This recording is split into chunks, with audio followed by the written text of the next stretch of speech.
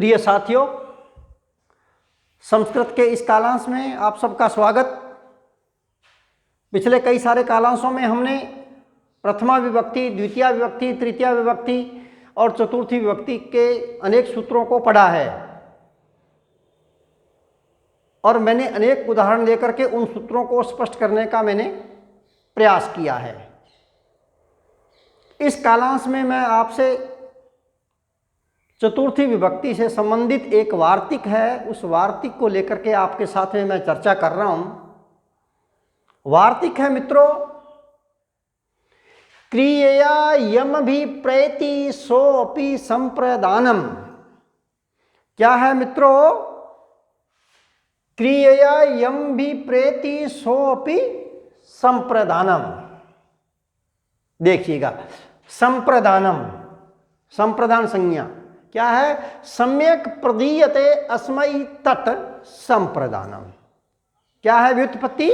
सम्यक प्रदीयते अस्मै तत् संप्रदानम, जिसे दिया जाए वह उसकी संप्रदान संज्ञा होती है।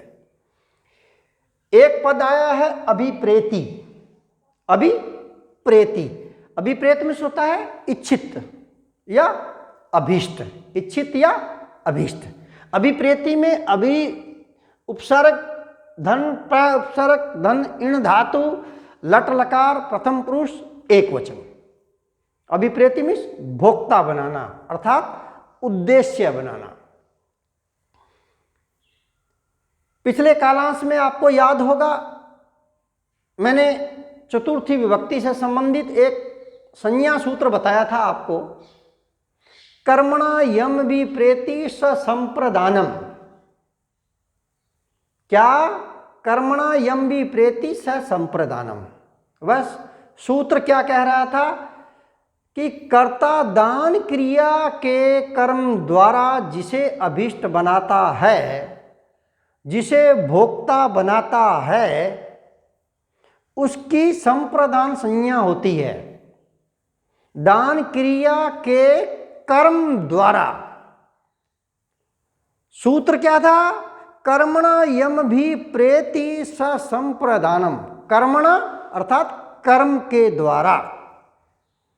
कर्ता दान क्रिया के कर्म द्वारा जिसे अभीष्ट बनाता है, जिसे भोक्ता बनाता है, उसकी मित्रों संप्रदान संज्ञा होती है। ये हमने सूत्र पढ़ा था पिछले कालांश में। ये सूत्र उससे भिन्न है। क्षमा चाहूंगा, ये वार्तिक उससे भिन्न है। ये वार्तिक क्या कहना चाहता है कि क्रियया यम भी प्रेति सोपि संप्रदानम। वहां था कर्मणा यम भी प्रेति स संप्रदानम, और यहां इस वार्तिक में लिखा है क्रियया। क्रियया,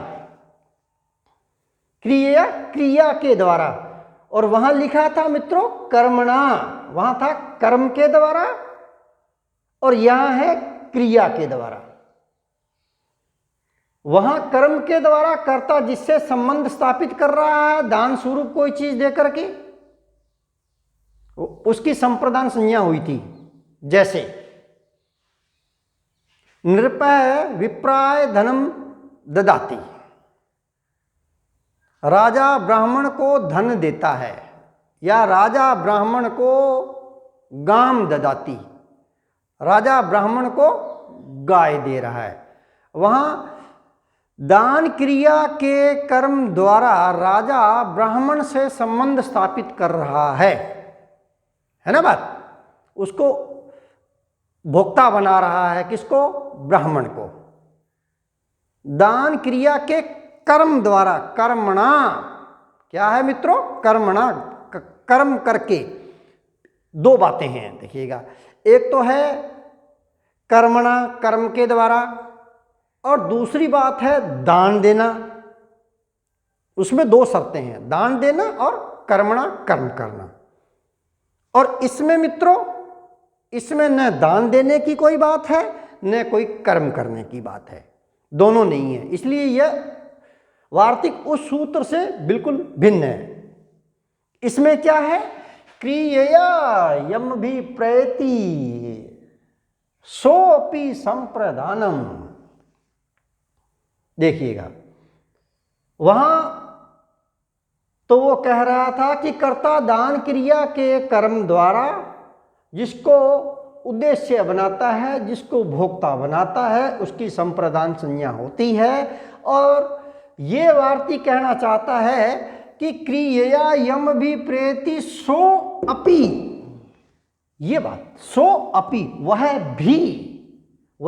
भी, उसमें अपि शब्द नहीं था सूत्र में, इसमें अपि हो गया। इसका मतलब ये भी क्या, क्रिया की, क्रिया के द्वारा, किसी विशेष क्रिया के द्वारा जो अभिप्रेत हो वह भी, इसलिए यहां अर्थ है वह भी, सो अपि, वह भी संप्रदान संज्ञक होता है। अर्थात कर्ता क्रिया के द्वारा जिससे संबंध स्थापित करता है वह भी संप्रदान संज्ञक होता है।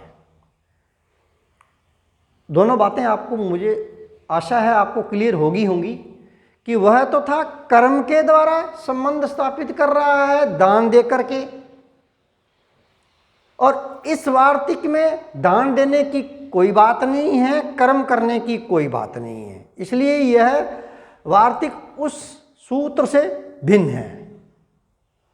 ये कहना चाहता है कि यदि कोई विशेष क्रिया के द्वारा भी यदि किससे संबंध स्थापित करता है तो वह भी क्या,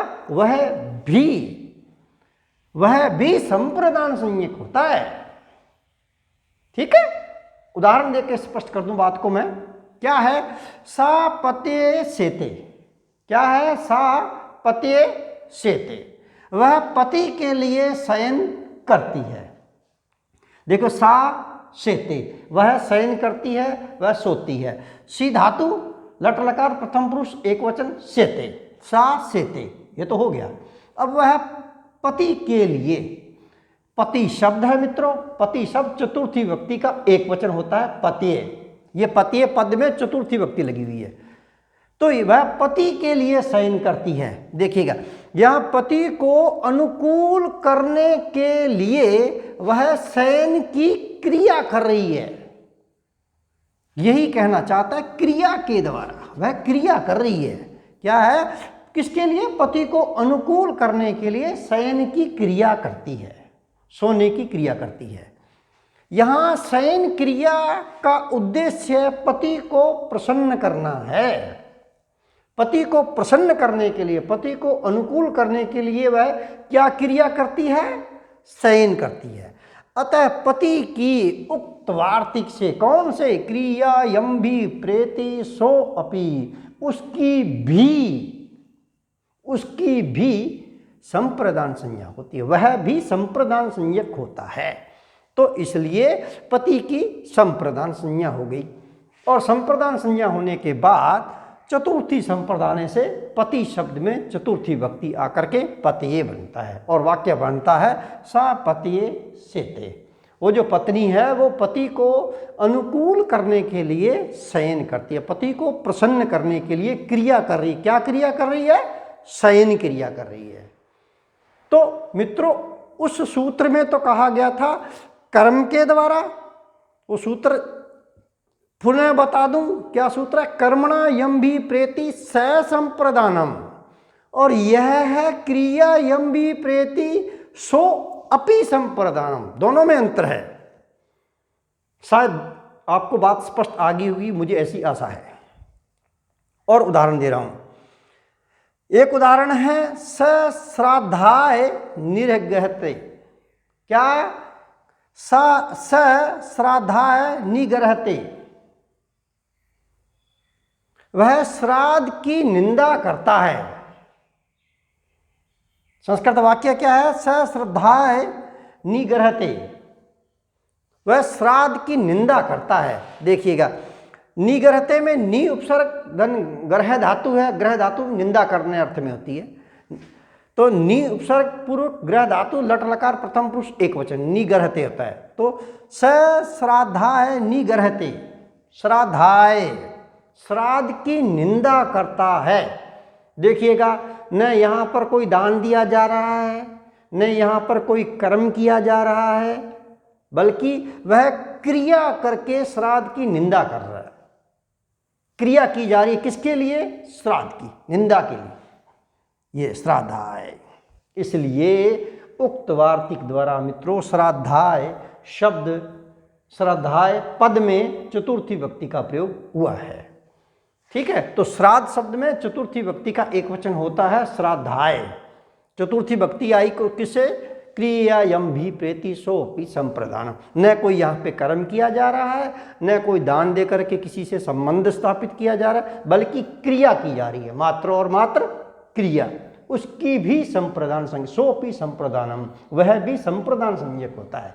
तो वाक्य बना स श्राद्धाय निगर्हते, वह श्राद्ध की निंदा करता है। एक वाक्य और देखिएगा, नृप युद्धाय सन्नहते, नृप युद्धाय सन्नहयते। देखिएगा, वह राजा जो है युद्ध के लिए सन्निहित होता है, युद्ध के लिए सन्निहित होता है, युद्ध के लिए तैयार होता है।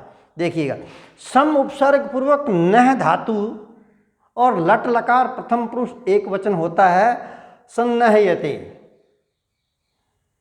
देखिएगा, न यहाँ कोई कर्म किया जा रहा है, न कोई दान दिया जा रहा है, ऐसा कुछ भी नहीं है, बल्कि यहाँ क्रिया की जा रही है, मात्र और मात्र क्रिया की जा रही है। क्या क्रिया की जा रही है? वह किसके लिए क्रिया की जा रही है? वह युद्ध के लिए की जा रही है। युद्ध के लिए सन्निहित होने का कार्य उसके द्वारा क्रिया, सन्निहित होने की क्रिया की जा रही है, तैयार होने की क्रिया उसके लिए हो रही है, और वो भी किसके लिए? युद्ध के लिए। न तो कोई दान दिया जा रहा है, न कोई इसमें कोई कर्म है इस वाक्य में। तो नृप युद्धाय सन्नहयते, तो इसमें मित्रों युद्धाय इस पद में उक्त वार्तिक से चतुर्थी व्यक्ति का प्रयोग हुआ है और वाक्य बन गया नृप युद्धाय सन्नहयते। तो ये है मित्रों ये वार्तिक जिसकी मैंने आपसे इस कालांश में चर्चा की। अगले कालांश में मैं पुनः आपसे नया सूत्र लेकर के पुनः मिलता हूँ। तब तक के लिए जय हिंद, जय भारत।